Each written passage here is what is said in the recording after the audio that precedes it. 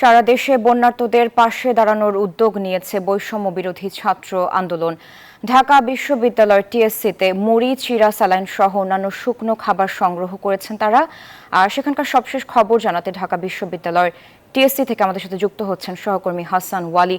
ওয়ালি, ঠিক কিভাবে ত্রাণ কার্যক্রম পরিকল্পনা করছে বৈষম্য বিরোধী ছাত্র আন্দোলনকারীরা?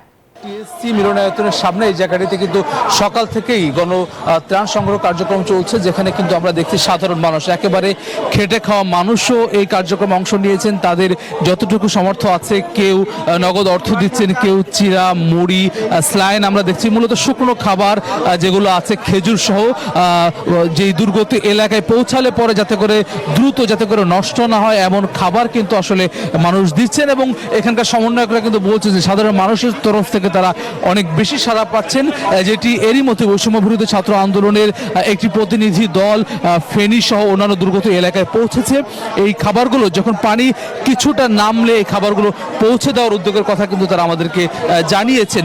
এই পুরো জায়গাটি কিন্তু আমরা দেখছি যে একেবারেই সকাল থেকে সাধারণ মানুষ, আমরা রিক্সা শ্রমিক দেখেছি, অন্যান্য খেটে খাওয়া মানুষদেরও কিন্তু দেখেছি যারা তাদের নগদ অর্থ, কেউ পানি, কেউ স্লাইন, টোস্ট, মূলত পচনশীল যেসব পণ্য না সেগুলো কিন্তু আসলে সাধারণ মানুষ দিচ্ছেন, যাতে করে এই পুরো জায়গাগুলোতে আসলে যেই সাধারণ মানুষের যে খাবারের সংগ্রহ সেটি কিন্তু ভরে গেছে এবং এটি পৌঁছানোর ব্যবস্থা নেওয়ার কিন্তু আসলে কিন্তু বলছেন যারা রয়েছেন এই বৈষম্য বিরোধী ছাত্র আন্দোলনের সমন্বয়করা।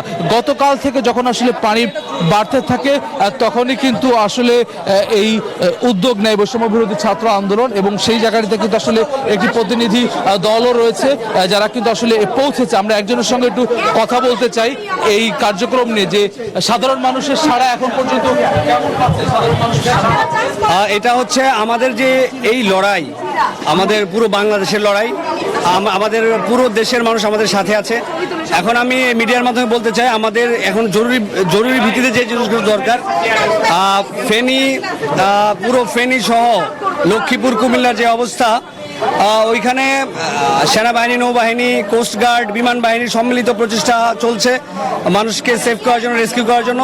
এখন আমি এখানে বলতে চাচ্ছি আমাদের যে জিনিসগুলো লাগবে, শুকনো খাবার এবং বাচ্চাদের জন্য গুঁড়া দুধ এবং মেয়েদের জন্য স্যানিটারি ন্যাপকিন লাগবে।